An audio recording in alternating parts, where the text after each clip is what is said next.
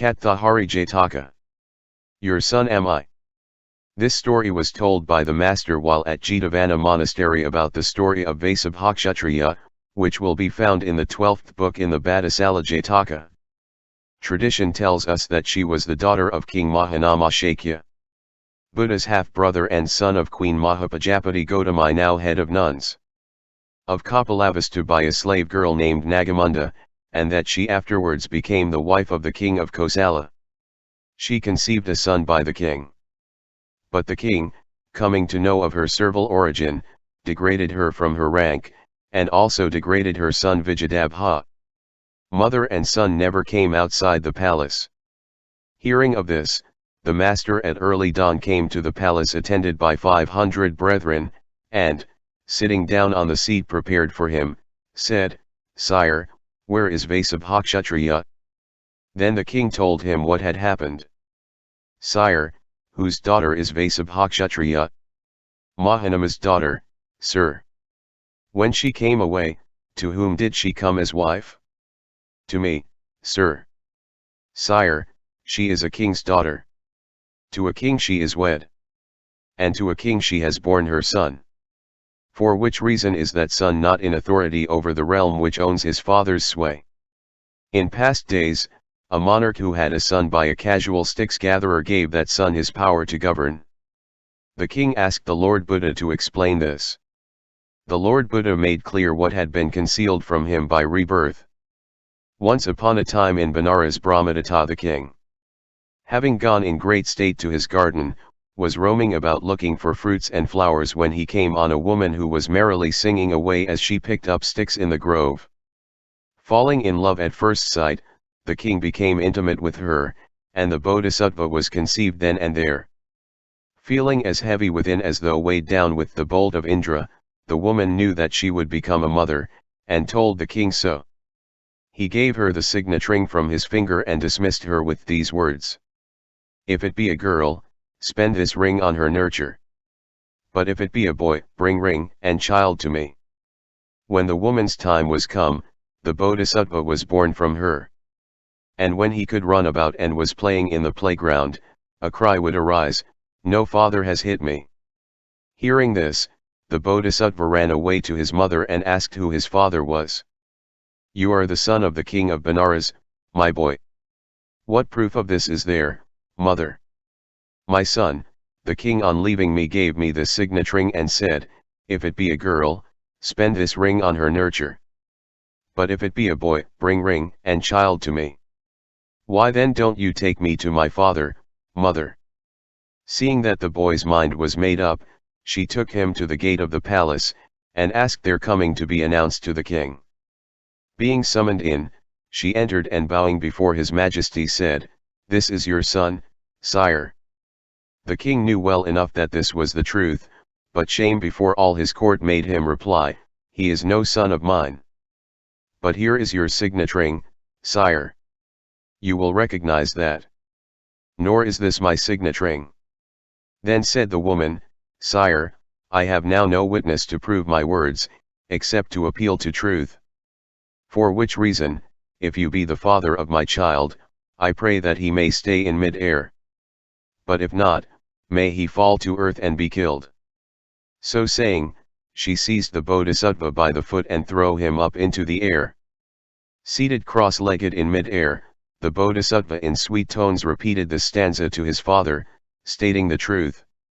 "Your son am I, great monarch. Rear me, sire."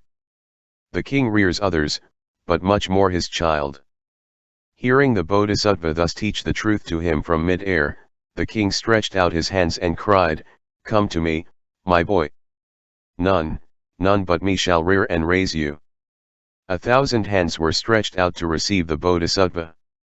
But it was into the arms of the king and of no other that he descended, seating himself in the king's lap. The king made him viceroy, and made his mother queen wife. At the death of the king his father, he came to the throne by the title of King Kettavahana the sticks-bearer, and after ruling his realm righteously, passed away to fare according to his deeds.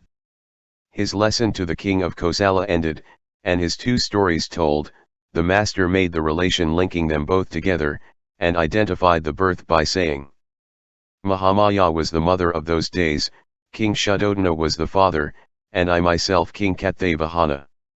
Note. Story of Dushyanta and Shakuntala in the Mahabharata and to Kalidasa's drama of the Lost Ring. Jataka number 8. Gamini Jataka. Their heart's desire. This story was told by the master while at Jetavana monastery about a brother who gave up persisting in path. In this Jataka both the introductory story and the story of the past will be given in the 11th book in relation with the Samvara Jataka. The incidents are the same both for that Jataka and for this, but the stanzas are different. Abiding firm in the advices of the Bodhisattva. Prince Gamini. Finding himself though the youngest of 100 brothers surrounded by those 100 brothers as a group of attendants and seated beneath the white canopy of kingship. Looked at his glory and thought all this glory I owe to my teacher. And, in his joy, he burst into this heartfelt utterance. Their heart's desire they reap, who hurry not. No, Gamini, ripe excellence is yours. 7 or 8 days after he had become king, all his brothers departed to their own homes.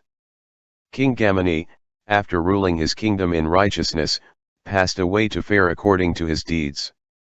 The Bodhisattva also passed away to fare according to his deeds. His lesson ended, the master preached the truths, at the close of which the faint-hearted brother won arhatship. Having told the two stories, the master explained the relation linking them both together and identified the birth. Jataka number 9. Makadeva Jataka. Oh! These grey hairs. This story was told by the master while at Jetavana monastery about the great renunciation, which has already been told in the Nikàya. On this occasion the brethren sat praising the renunciation of the Lord of Wisdom. Entering the hall of truth and seating himself on the Buddha seat, the master thus addressed the brethren. What is your theme, brethren, as you sit here in gathering? It is nothing else, sir, than the praise of your own renunciation. Brethren, replied the master, not only in these latter days has the Tathagata made a renunciation. In past days too he similarly renounced the world. The brethren asked the Lord Buddha for an explanation of this. The Lord Buddha made clear what had been concealed from them by rebirth. Once upon a time in Mithila in the realm of Videha there was a king named Makadeva, who was righteous and ruled righteously. For successive periods of 84,000 years he had respectively amused himself as prince, ruled as viceroy, and reigned as king. All these long years had he lived, when one day he said to his barber, "Tell me, friend barber, when you see any grey hairs in my head." So one day, years and years after, the barber did find among the raven locks of the king a single grey hair, and he told the king so. "Pull it out, my friend," said the king, "and lay it in my palm." The barber accordingly picked the hair out with his golden tongs, and laid it in the king's hand. The king had at that time still 84,000 years more to live. But in spite of that, at the sight of that one grey hair he was filled with deep emotion. He seemed to see the king of death standing over him, or to be cooped within a blazing butt of leaves. "Foolish Makadeva!" he cried. "Grey hairs have come upon you before you have been able to rid yourself of depravities." And as he thought and thought about the appearance of his grey hair, he grew flaming within. The sweat rolled down from his body, while his dress oppressed him and seemed intolerable. "This very day," thought he, "will I renounce the world for the ascetic's life." To his barber he gave the grant of a village, which yielded 100,000 pieces of money.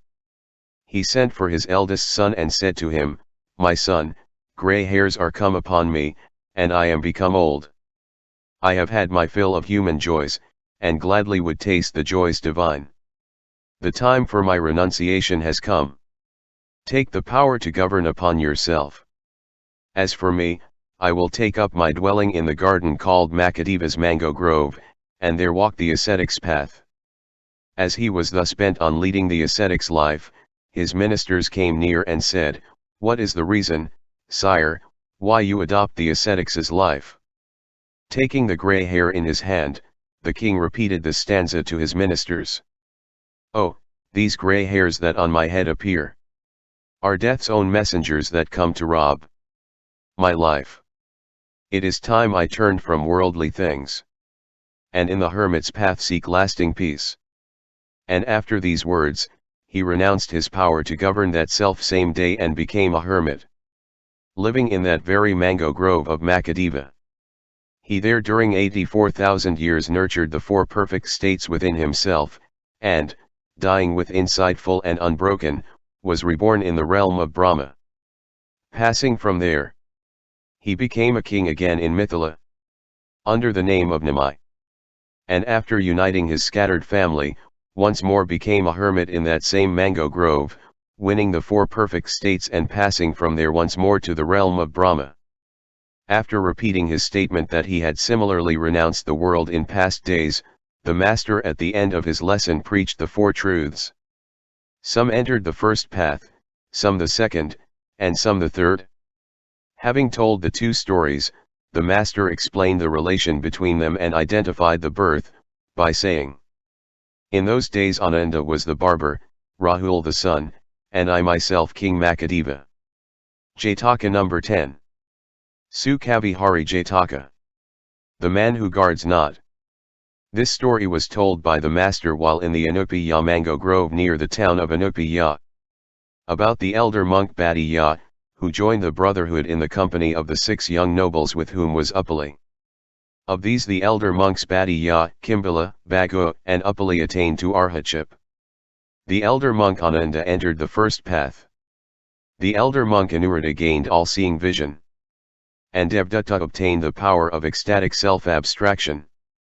The story of the 6 young nobles, up to the events at Anupiya, will be told in the Khuddhaka Jataka. The venerable Bhaddiya, who used in the days of his royalty to guard himself as though he were appointed his own guardian deity, came to think him of the state of fear in which he then lived when he was being guarded by numerous guards and when he used to toss about even on his royal couch in his private apartments high up in the palace. And with this he compared the absence of fear in which, now that he was an arhat, he roamed here and there in forests and desert places. And at the thought he burst into this heartfelt utterance, "Oh, happiness! Oh, happiness!" This the brethren reported to the Lord Buddha, saying, "The venerable Bhaddiya is telling about the bliss he has won." "Brethren," said the Lord Buddha, "this is not the first time that Bhaddiya's life has been happy. His life was no less happy in past days." The brethren asked the Lord Buddha to explain this. The Lord Buddha made clear what had been concealed from them by rebirth. Once upon a time when Brahmadatta was reigning in Benares, the Bodhisattva was born a wealthy northern Brahmin. Realizing the evil of lusts and the blessings that flow from renouncing the world, he renounced lusts, and retiring to the Himalayas there became a hermit and won the 8 gifts of understanding. His following increased great, amounting to 500 ascetics.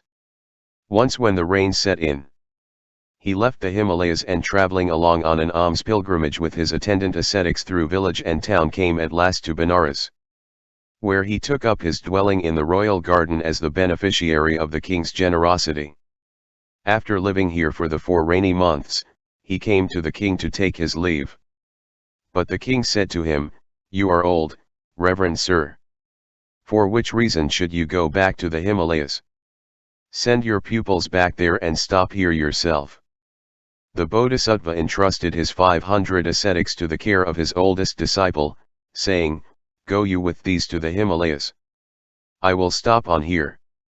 Now that oldest disciple had once been a king, but had given up a mighty kingdom to become an ascetic. By the due performance of the rites concerning to concentrated thought he had mastered the 8 gifts of understanding. As he lived with the ascetics in the Himalayas, one day a longing came upon him to see the master, and he said to his fellows, "Live on contentedly here. I will come back as soon as I have paid my respects to the master." So away he went to the master, paid his respects to him, and greeted him lovingly. Then he lay down by the side of his master on a mat which he spread there. At this point appeared the king, who had come to the garden to see the ascetic. and with a salutation he took his seat on one side. But though he was aware of the king's presence, that oldest disciple avoided to rise, but still lay there, crying with passionate earnestness, "Oh, happiness! Oh, happiness!" Displeased that the ascetic, though he had seen him, had not risen, the king said to the Bodhisattva, "Reverend sir, this ascetic must have had his fill to eat, seeing that he continues to lie there so happily, exclaiming with such earnestness." "Sire," said the Bodhisattva, "of old this ascetic was a king as you are. He is thinking how in the old days when he was a layman and lived in regal pomp with many a man at arms to guard him, he never knew such happiness as now is his. It is the happiness of the ascetic's life, and the happiness that insight brings, which move him to this heartfelt utterance." And the Bodhisattva further repeated this stanza to teach the king the truth. "The man who guards not, nor is guarded, sire, lives happy, freed from slavery to lusts." Appeased by the lesson thus taught him, the king made his salutation and returned to his palace. The disciple also took his leave of his master and returned to the Himalayas. But the Bodhisattva continued to dwell on there, and, dying with insight full and unbroken, was reborn in the realm of Brahma. His lesson ended. And the two stories told. The master explained the relation linking them both together, and identified the birth by saying, "The elder monk Bhattacharya was the disciple of those days, and I myself the master of the company of ascetics."